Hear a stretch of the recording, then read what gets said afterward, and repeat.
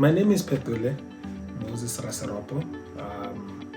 I'm the second child, middle child, obviously. I have one brother and I have one sister. My mom is a nurse. My dad was a businessman. He never finished school actually. So I can say my mom kind of fell in love with a gangster. So my dad was someone that was always hustling. I went to Matubin Primary School. Sadly, the school is closed right now actually, so it's no longer existing. So I went to Militani Secondary School, of which I matriculated in 2010 actually. It was a wild year actually. We all know as South Africans that 2010 was a wild year for us. I took a gap year in 2011 actually. But while I was growing up actually, I wanted to become like a doctor, an orthopedic actually. So when I was young actually, my mom used to take me to one of those ward theater where I would normally see people being operated. And also my dad also used to take me to, like during holidays actually, my dad used to take me to shops where you normally sell vegetables. So I'd normally be behind of a bakkie, so I'd normally be shouting tomatoes, tamati. So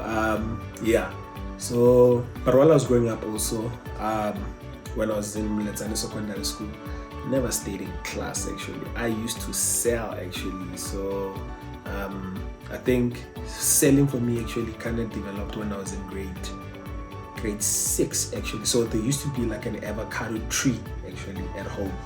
So at home, whenever they didn't want to give me like lunch money, I'd like normally go up on top of the tree and then harvest some avocados, go and send it to my principal also. So but fast forward, when I was in high school, I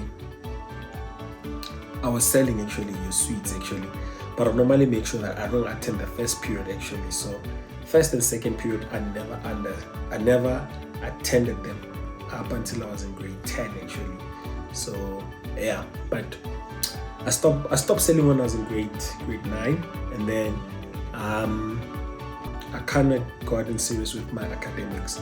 So when I finished school, I kind of took like a gap year. So when I took a gap year, I looked at how I was actually living. I was like, ish, this is not where I want to be actually. So I upgraded my marks in grade 12.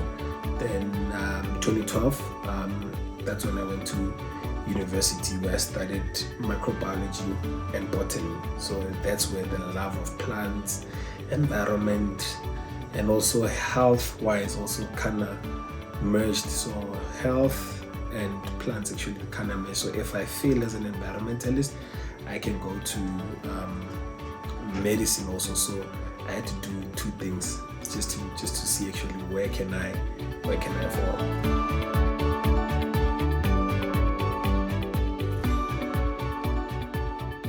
Like I said, I went to University of Phethole. So University of Phethole, like it is known as to be one of the best agricultural university in South Africa.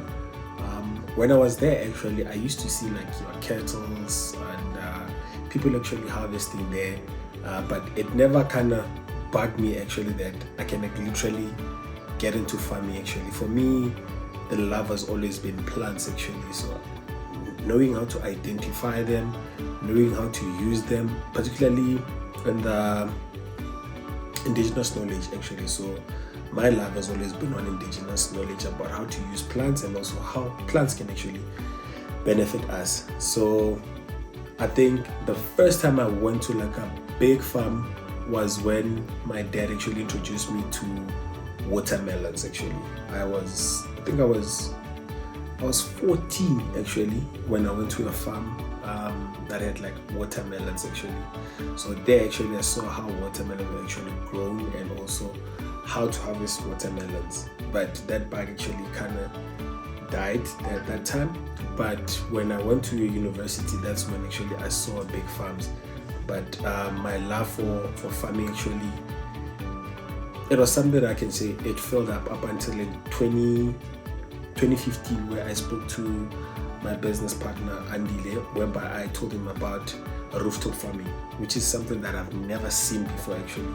So on Saturdays I used to go to computer labs actually, so just to Google, YouTube and see things actually.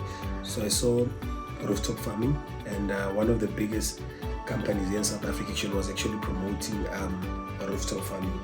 So I spoke to him about it, and it kind of died down actually, that idea actually in 2015. Then I left. Then I went to go study at another institution actually, where actually I got introduced into farming actually, whereby I was at a big farm called Okulinga. It's a farm in KZN. So in that farm actually they were mostly doing livestock farming. I used to understand the importance of grazing actually. How I used to see grazing and how another person see grazing was not the same actually. So as people, we believe that actually you have to take like your cattle into a field where they just graze. But actually understood actually grazing is not what we see it is actually. So I didn't know actually like your cattle they graze everything, but your sheep are selective grazers. I thought grass was grass actually, but up until I applied my botanical knowledge when it comes to plants actually. So that was when actually I understood the importance of field grazing actually, and also how cattle actually contribute to agriculture. So my love actually was more on plants as opposed to animals actually. So I understood the importance of burning fields and not burning fields actually. So that was when actually in 2015 and 2017 the bug of agriculture actually started to actually get into me.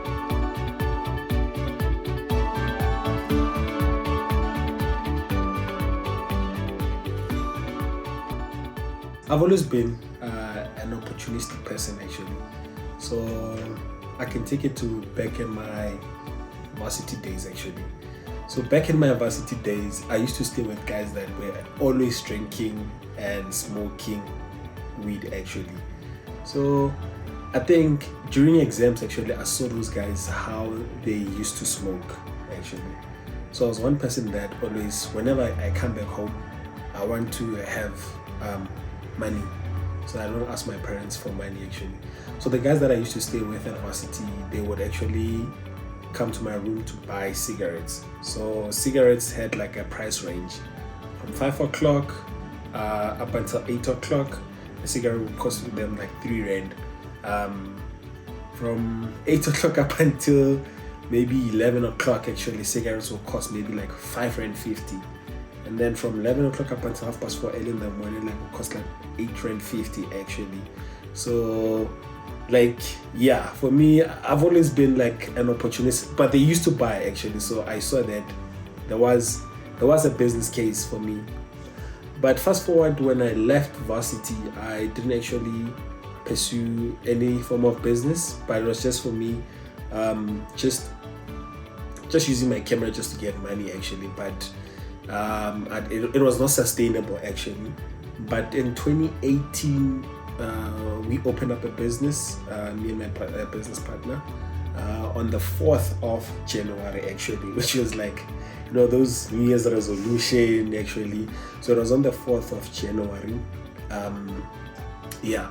So from there, we got incubated into a program for urban farming actually. So that was when urban farming was on the boom actually.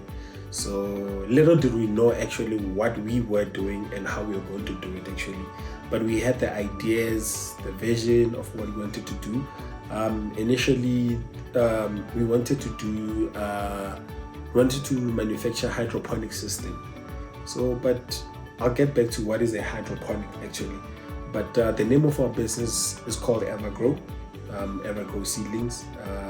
Initially, we started operating in Bramfontein, under a 300 square meter tunnel, actually, where we actually producing almost 120,000 seedlings. That's where we actually started, actually. But it was a bit challenging for us, because remember, you only have like a science background, you've never worked before. The only thing that you are actually doing is like you're trying for experiments. So yeah, fast forward, then I got a job actually at one of the departments as an agricultural intern. So that's where I actually learned the trades, the tricks of actually running an agricultural business actually. So, and then one of our friends actually advised us actually to start a seedling business, because of under hydroponics we saw that hydroponics, people cannot actually afford hydroponic system. So coming to what is actually hydroponics. So hydroponics is a farming system without soil. So you farm using only water. So plants actually, they are not in contact with soil, they are in contact with water. So this water actually has all the nutrients actually, but the water, it has a specific environment so that the plants can actually get specific nutrients. So the pH needs to be at 7. It needs to be between 5.5 to 6. And then as for EC, it needs to be anything between 800 and 1,000. So that's where actually your plants will get optimum nutrients. So with that being said, we realized that people actually cannot afford your fertilizers, and with issues of load shedding, actually, it's like we're gonna be selling a dream actually to people that is not actually there. So we sat down and then tried to analyze actually what is it that we want to do actually when you're looking at seedlings actually, and how are seedlings actually contributing to the agricultural space. So we actually sat down and were like, you know what, let's put ourselves in the shoes of our customers actually, and realize that in as much as we want to provide service to people, actually, some of our customers actually are not well educated enough, and they don't have technical agricultural background, and some of them, they do not have the financial muscle to actually start this thing that we call agriculture. Yet we talk about food security. We talk about food security at a national level, but at a regional level, do people actually at a regional level understand what is food security? So now that we are scientists, we went to school, but we're like, why don't we use our knowledge actually to actually search this problem, actually understand the depth of this problem actually. So what we actually found out was that, okay, South Africa on a national level is food secure, but on a local level, it is not food secured. And one of the most painful thing that has ever touched me was when I was still working as an intern. I came back home late and I saw actually the depth of poverty actually. When I say the depth of poverty was when I saw this young man actually working with his mother, and I saw this young man actually working with his mother, and they were so hungry, and to a point that they wanted to buy I understand, and and when they were buying that, the time about I saw them actually buying like dead chickens. So this person was actually selling dead chickens to South Africans actually, and that's when I saw that, you know what, when we talk about poverty, it's not the same when you and me are actually talking about poverty. You're talking about poverty whereby you've been hungry, but have you putting yourself in the shoes of someone actually when they actually speak about poverty without not saying that I am hungry? What does it actually mean to them actually? I saw that lady actually buying like a dead chicken for like 5 rand, and she couldn't even afford that 5 rand actually, and that was before COVID actually. So can you imagine during COVID what did they actually went through actually? So yeah, so I think for me, I kind of took this thing seriously actually, to a point that, when I talk about food security, I know the kind of person that I'm talking about actually. It's not something that I read, it's something that I have experienced, to a point that I couldn't hold my tears when I saw that person actually buying like a dead chicken. And it was a farmer that actually took me to a place actually when they were like, Phethole, you know what? Sometimes when we don't have money, this is where we go just to get something to eat, just for our kids. And fast forward, during COVID, we came up with a special called seedling protest. So when you say seedling protest, we saw that actually an average farmer would literally spend anything between 400 rand to 1,000 rand just to access 1,000 seedlings. And with us, actually, we're like, you know what? No, we can't actually live like this. So rather spending 400 rand, you can get 1,000 seedlings from us, and that's 600 rand. It can mean a lot. So we came up with a special whereby we're like, okay, our farmers can get 5,000 seedlings for 1,000 rand. So with that, we're like, we are doing a protest sale, because we know that we're not making money, but we know that this is for us to actually get into the game, because we actually understand the depth of the problem that we are actually trying to solve actually. But there are challenges, obviously. Challenges, I'm talking about marketing, I'm talking about, yes, we're still trying to learn about to increase the quality of our product, but also getting yourself out there to be known, and also establishing yourself actually. So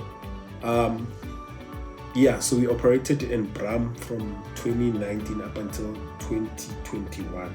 That was when we left Bram, we went to Soweto. But when we get to Soweto, we realized that, you know what, the market is also not the same.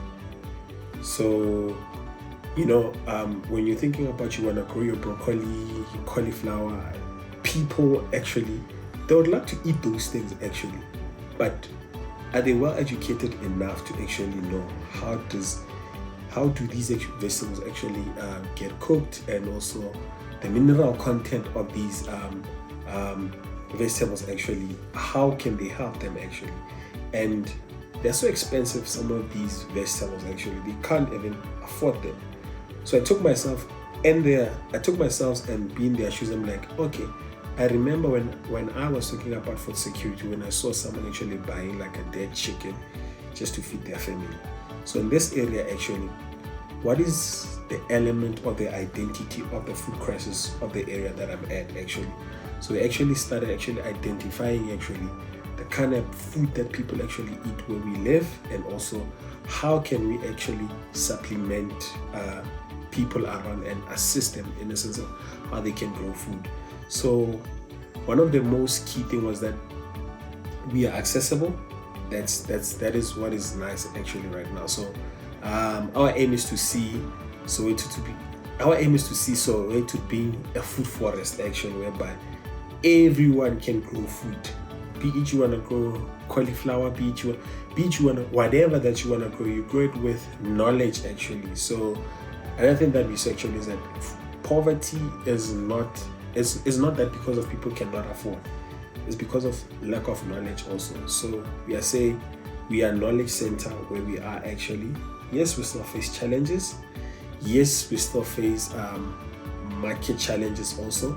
But in as much as we still face those things, but we also want our people to actually learn how to grow food. So one other thing that we normally experience or go through is issues of load shedding actually has messed us up. I think there was a year in 2021 where we lost almost 200,000 seedlings actually of cabbage. So it's just one of those things we never talk about actually. That week we actually experienced water shortage. Then from water shortage, then it was load shedding, and from load shedding it was hail. So within a space of 3 days, if you experience these things actually, you understand how devastating it is actually. But as a small company and also in the agricultural space, we know that agriculture actually is a critical business. One mistake, especially as a young person and black as well, these mistakes, whenever they happen, it's easy for people to slam and shout at you and even mess up your name. I think there was a year whereby I felt like it was heavy, like my name was too heavy for me actually. There were times actually I couldn't even answer my phone or even actually appear on social media like this actually. It was not because of I was not happy actually with how things were actually happening, and as much as we servicing the marginalized people on our business, we understand the rent value that they put into our business actually. They have each and every right to actually complain actually, because they are finally in a space whereby they feel valued and also they are being listened to as well. So that's how we portray ourselves, that in as much as you're buying from us, we value each and every rent that you're putting into our business, because we know actually that one rent actually goes a long way.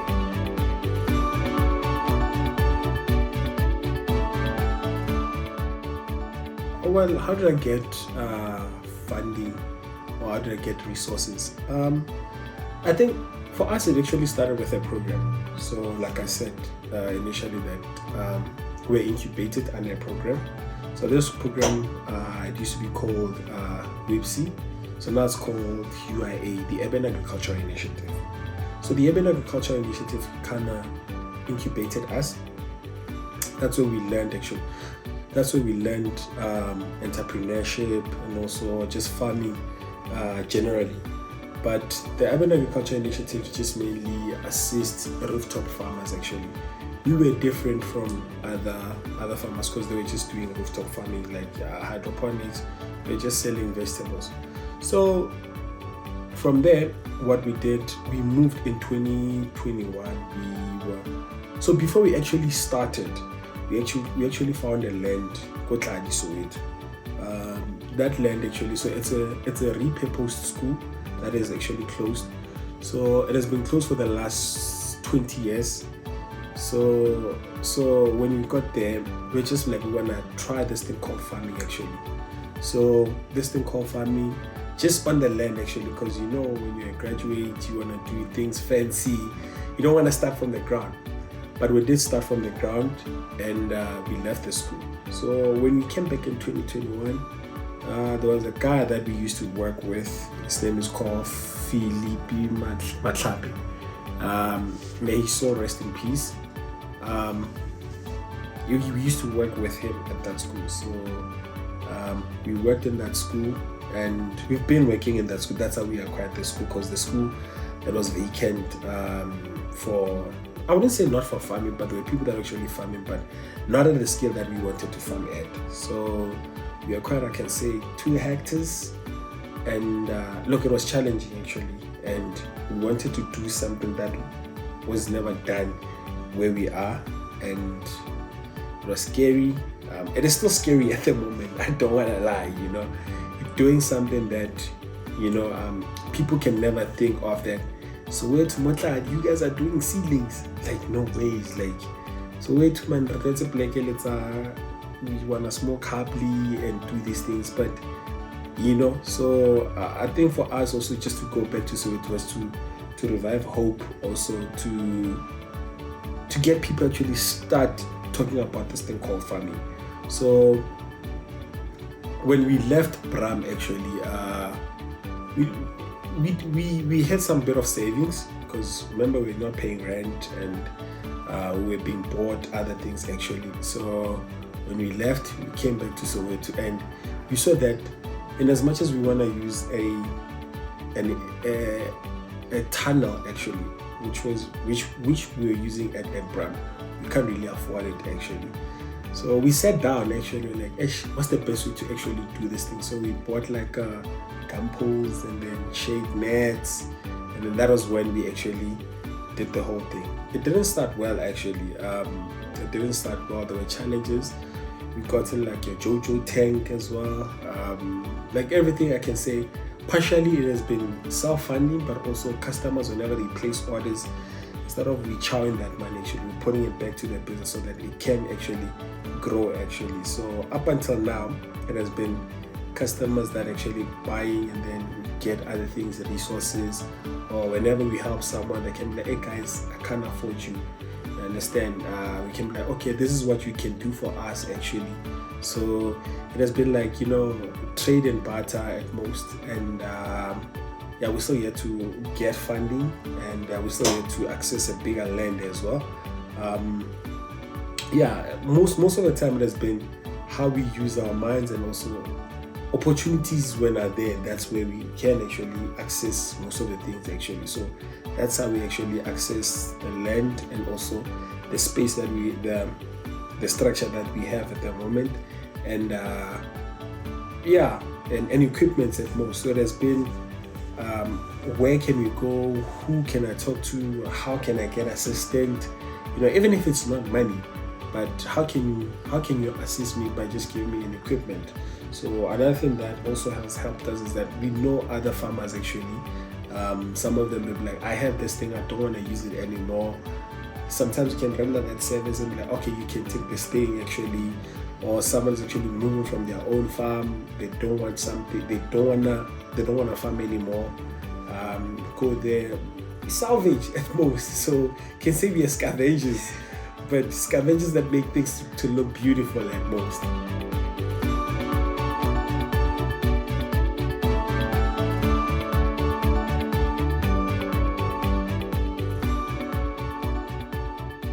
There are people that I look up to actually in the farming industry. I think my first time actually getting into farming. So there's a guy called Eric Mawan. Most of the people actually know him actually. So when it comes to cucumbers, peppers, jalapenos, Eric is the man actually. So once a year actually, I just call him, go to his farm actually, talk. And I remember one time I was like, Phethole, stay away from these sort of cultivars actually. So that's how I actually learned more about cultivars. And whenever he's experiencing challenges actually, Eric normally tells me, Phethole, don't do this, do that. The kind of challenges that I have, Eric has them. Imagine, Eric, he experiences them like, levels, you understand? And there's another guy called Kahle. It's a young guy actually. He's charismatic actually. So I think I like his charisma. Every time when it comes to Soweto, it's like, my boy P, you're doing the most P, but also my business partner Andile, smart guy, well intelligent, I don't want to lie, well intelligent, and there's another guy called Sipoma Busela. Look, he didn't know much about plants and everything, but whenever he has challenges about plants, he normally calls me, and he do something so amazing also. But programs such as RAA, Raymond Academy, they kind of also groomed me to be where I am. I'd like to say thank you to Ian McCloy, and also Msbongile, and what's the name of this guy? Mlatum Koni, and also there's another guy from another program called Phethole. His name is Steven. Brilliant actually. When it comes to my personal development actually, I think this year has been one of the most greatest year for me actually this year. Yeah, for me, I'm like, that guy has, whenever you take something that people can never be like, this guy, can he actually do it actually? He just turned that. You don't have to listen to people to actually, you can do it. Just look at yourself, write your own book actually, and whenever things just go bad, look at your book actually, fix wherever you are lacking, particularly on your personal development. So he is big on personal development, and I highly recommend him actually. So in the sense that once or twice you can just check in with him, just give him feedback, and yeah, I mean, like, he has mentored a lot of people actually. So I'm just a tip of an iceberg actually. So imagine people that he has mentored. Yeah, so I can say those are the people that I can say they are my mentors, and yeah, I'm still in check with them, once or twice actually, a month or in a year.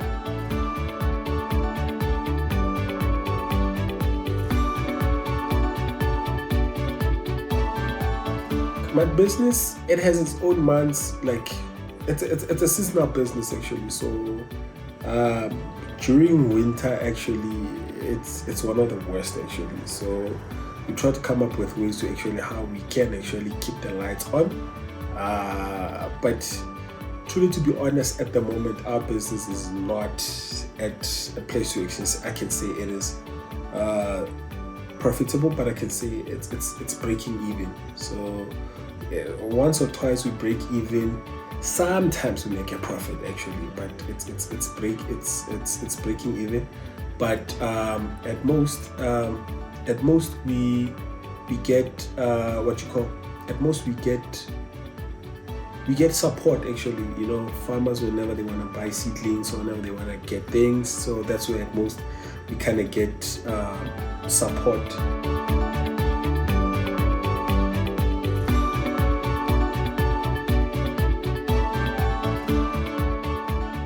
Growing food is everybody's responsibility, but how can you grow food without not having technical support, access to primary agricultural inputs, and also having a base of support where you know who I can actually talk to? So I mean, like with me actually rubbing shoulders with people like Hepsile and Eric Mawani, Katlehome. So I think it is something that has actually showed me actually this thing called agriculture is not a far-fetched dream. It's here, it's possible. I'm like, you don't have to own tons of land or huge amount of space, or you don't have to plant tonnage actually. So it just starts with it starts with where you are, but put timelines for yourselves also. So in as much as you are starting, remember, we didn't actually start by just growing seedlings in Bram or just got into so it started at my backyard. So with everyone, you start where you are, but be hungry for knowledge as well. So if you're hungry for knowledge, you'll definitely have access to this kind of a space, and also get support from people like us, Evergrow, while we're still in Soweto actually. So I think knowledge is there. So if you are hungry for knowledge and you want things to happen, it's possible for young people. So I'm like, be it you are in Africa, be it wherever you are actually, whenever you are hungry for knowledge, you'll get what you want. But looking at stakeholders or partnerships, actually, we are more big on impact partnership actually. So especially because we know in most communities would actually thrive if you have an agricultural hub like Evergrow, whereby it's mainly just focusing on food security. Because you know that young people, they tend to say that jobs are not there. Yes, jobs are not there, but if they have a hub like Evergrow, actually things are possible, whereby young people are actually leading the space, and also young people are actually on the street, on the ground, and just to showcase people that this agricultural thing, it's there, and it also can change people's lives. So what I normally say to people whenever they work with us or how they want to partner up with us, the first question that I normally ask before you partner with us, what change would you like to see when you're working with us? And when we work with young people, we say, if you were to work with us under Evergrow, how would working with Evergrow actually change your life? So in as much as you are working with us, we don't want people to actually leave the way they came. You understand? So rather get a skill. If it's not a skill, acquire something that you know actually can impart to other people actually. Because we always know that with less resources, you cannot do anything. But if you see guys that are at Evergrowth, they're doing something that no one ever thought that it can be done. What's more that you can do by yourself if you rub shoulders with Evergrowth?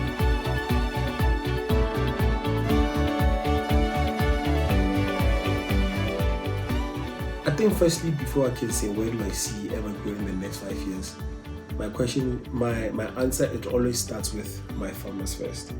So farmers that are currently working with Evergrowth, where do I see them in the next 5 years? Farmers that are currently working with Evergrowth, I see them actually participating in the modern agricultural value chain. That is where I see my farmers actually.